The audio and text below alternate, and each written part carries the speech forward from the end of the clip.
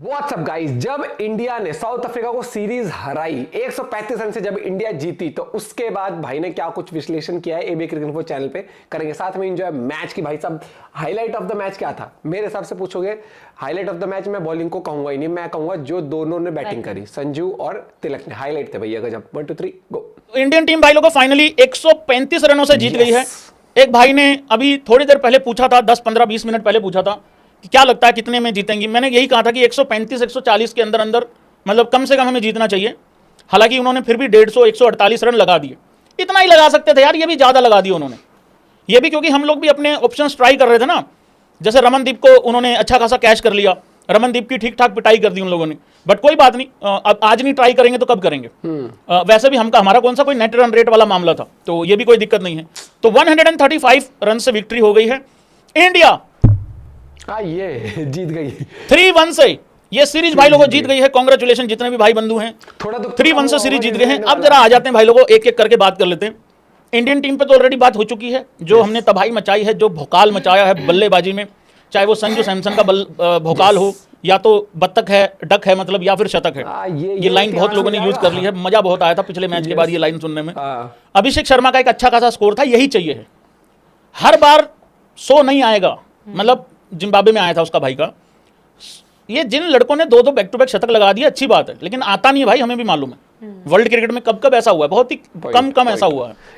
लेकिन 12 ball 15 ball 20 ball 35 40 45 20 run 25 run जल्दी quick, ये बनाए हुए बहुत ही हेल्पफुल हो जाएंगे।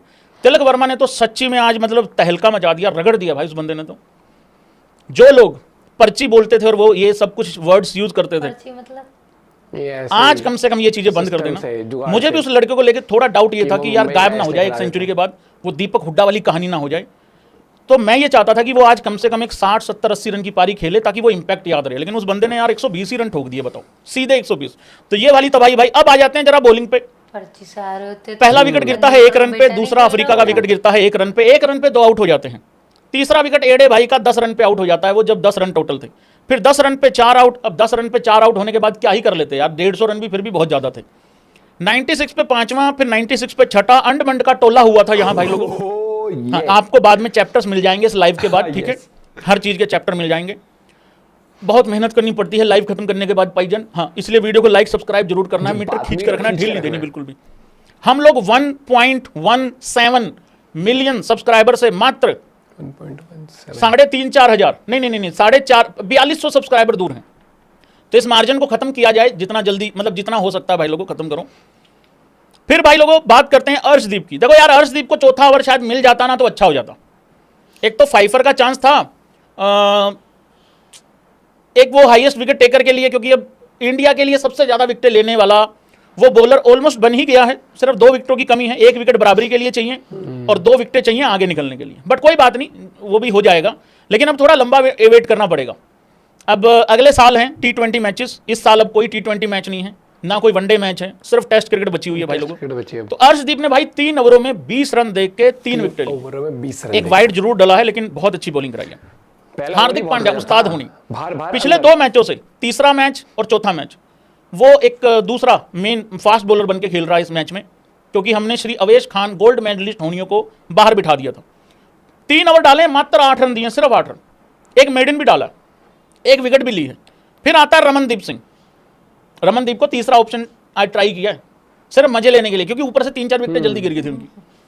3.2 ओवर डाले, 42 रन, 1 विकेट। देखो अभी रमनदीप हार्दिक पांड्या तो नहीं बनेगा, ठीक है ना अभी वो मार्को जेनसन बनेगा, अभी वेट करना पड़ेगा। बॉलिंग में, बैटिंग में, फील्डिंग में टॉप नॉच खिलाड़ी है भाई, आउटस्टैंडिंग खिलाड़ी है वो। वरुण चक्रवर्ती मेरा अरिजीत मेरा आर्किटेक्ट भाई, आर्किटेक्ट। इसने कुछ देखा है, बता नहीं रहा है क्या देखा है। बाद में इस थंबनेल को चेंज किया जाएगा, मॉडिफाई कर दिया जाएगा। यहां पे तुम्हें एक तस्वीर जरूर मिलेगी मेरे अरिजीत होनी की, वरुण चक्रवर्ती की, सॉरी। 4 ओवरों में 42, थोड़ी पिटाई हो गई, 2 विकेट। रवि बिश्नोई 3 ओवरों में 28, 1 विकेट। रवि बिश्नोई का यही रहता है, 4 आज 1 ओवर कम डाला, लेकिन 4 ओवरों में भी इसका यही रहता है ज्यादातर। बड़ी अच्छी बॉलिंग डालता है, कहने का मतलब एक है। अक्षर पटेल ने मात्र 2 ओवर डाले हैं, 6 रन और 2 विकेट लेके काम कर दिया खत्म। और साउथ अफ्रीका का अगर बैटिंग कार्ड देखें, 1 0 8 43 0 36 2 12 6 3, एक्स्ट्रा टीम इंडिया ने 8 दिए हैं सिर्फ। और आज भी आज भी साउथ अफ्रीका ने 18 एक्स्ट्रा दिए हैं, 18, और पिछले मैच में भी तकरीबन यही था भाई लोग। बहुत ही बेकार थी। अब मैं एक एक प्लेयर का नाम लूंगा और मुझे यह बताना कौन फेल है कौन पास है। संजू सैमसन इस सीरीज में फेल है या पास है, क्योंकि ये हम रिपोर्ट कार्ड वैसे तो अगले दिन करते हैं आके, लेकिन जल्दी क्विक बताना, बाकी इनकी डिटेल कल बात कर लेंगे किसने क्या किया है। अभी सिर्फ इंप्रेशन पे बताना है किसका क्या इंप्रेशन रहा है, किसने कितने रन किए हैं, कितनी विकेटें ली हैं, कितने क्या कुछ किया, वो बाद में देखेंगे, कल देखेंगे। पास है ना, एब्सोल्युटली भाई बिल्कुल पास है। शुरुआत सेंचुरी, सीरीज खत्म सेंचुरी पे। फिर आता है अभिषेक शर्मा, पास या फेल? पहले 2 मैचों में फेलियर है, आखिरी के 2 मैचों में अच्छी पारी है मेरे ख्याल से। अच्छा, पास, फेल और एवरेज, इन तीन चीजों में जज करना है, ठीक है? पास, फेल और एवरेज, ये बताना है। ठीक था मेरे हिसाब से। देखो, तिलक वर्मा आया। अच्छा मेरी बात सुनो, ये सीरीज अगर 1 महीने बाद याद करनी होगी, तुम क्या दो चीजें याद करोगे? संजू सैमसन की सेंचुरी और तिलक वर्मा की सेंचुरी ना, तो वहां पे वो पीछे रह गया अभिषेक। तो मेरे हिसाब से, क्योंकि मुझे उम्मीद ज्यादा थी अभिषेक से, तो उसने भाई निराश किया है ओवरऑल। हाँ, इंटेंट है उसका, इंपैक्ट है, वो ठीक है, लेकिन मेरे को या तो उम्मीदें ज्यादा थी या उसने कम किया है। बट मेरे ख्याल से तो वो मैं तो फेल ही कंसीडर करूंगा, क्योंकि मुझे उम्मीद बहुत ज्यादा थी उस लड़के से। Tilak Varma top notch, topper भी बोल सकते हो भाई इस पारी के बाद, आप उसको टॉपर भी बोल सकते हो, क्योंकि देखो संजू के फिर भी 2 जीरो हैं, 2 सेंचुरी हैं, 2 जीरो हैं। लेकिन तिलक वर्मा का एक तो वो कैच बहुत अच्छा पकड़ा गया तीसरे मैच में, 20 में 20 किया था, नहीं दूसरे मैच में 20 में 20 किया था, वहां कैच अच्छा पकड़ा गया दूसरे मैच में। पहले मैच में भी 36 समथिंग था, वो भी अच्छी पारी थी। और बैक टू बैक ये टॉपर है भाई, वैसे हमने टॉपर कंसीडर नहीं किया था, बट हाँ ये टॉपर है। सूर्य कुमार यादव एज कैप्टन बहुत बढ़िया, आउटस्टैंडिंग, 3-0 जीते हो, वो भी विदेश में जाके, छोटी बात नहीं होती है, खास नहीं रही। एज कैप्टन पास, एज प्लेयर कंप्लीटली फेलियर भाई, कंप्लीटली फेलियर है भाई, कंप्लीटली फेलियर है। इस चीज को मतलब मुझे तो कोई दिक्कत नहीं है ये चीज मानने में, कंप्लीटली फेलियर है, क्योंकि सूर्य कुमार यादव के 3 मैच लगातार खराब हो जाएंगे, ये बड़ा रेयर होता है। आज तो बल्लेबाजी नहीं आई है। फिर आता है भाई हार्दिक पांड्या, बल्लेबाजी में बिल्कुल कंप्लीट फेलियर है, बॉलिंग में फिर भी ठीक ठीक रहा है, ओके, बट बैटिंग में बिल्कुल कंप्लीटली फेलियर रहा। रिंकू सिंह 100% फेलियर रहा है भाई, इस सीरीज में पूरा फेलियर रहा है।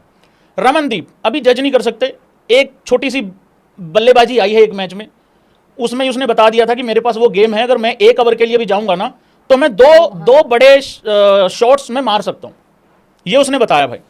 फिर आता है आपका अक्षर पटेल, यूज नहीं किया अक्षर पटेल का, तो मैं ना फेल बोल रहा हूं ना पास कर रहा हूं, लेकिन उसका यूज बहुत अच्छे से हो सकता था। शायद वो जो हम दूसरा मैच हारे हैं ना, वो भी ना हारते हम, अगर अच्छे से यूज होता तो वो ना फेल है ना पास है, यूज ही नहीं किया जब तुमने। अर्शदीप सिंह उस तरीके से छा गया लड़के, कमाल कर दिया भाई लड़के ने, बहुत बढ़िया। हाईएस्ट विकेट टेकर इंडिया की तरफ से वो बनने ही वाला है, मात्र 2 विकेट पीछे है, बराबरी में 1 विकेट की कमी है, 95 विकेट्स ले चुका है वो लड़का, और इतने कम मैच खेले उसने यार सिर्फ, तो पास है भाई। रवि बिश्नोई बिल्कुल पास है, वरुण चक्रवर्ती बिल्कुल पास।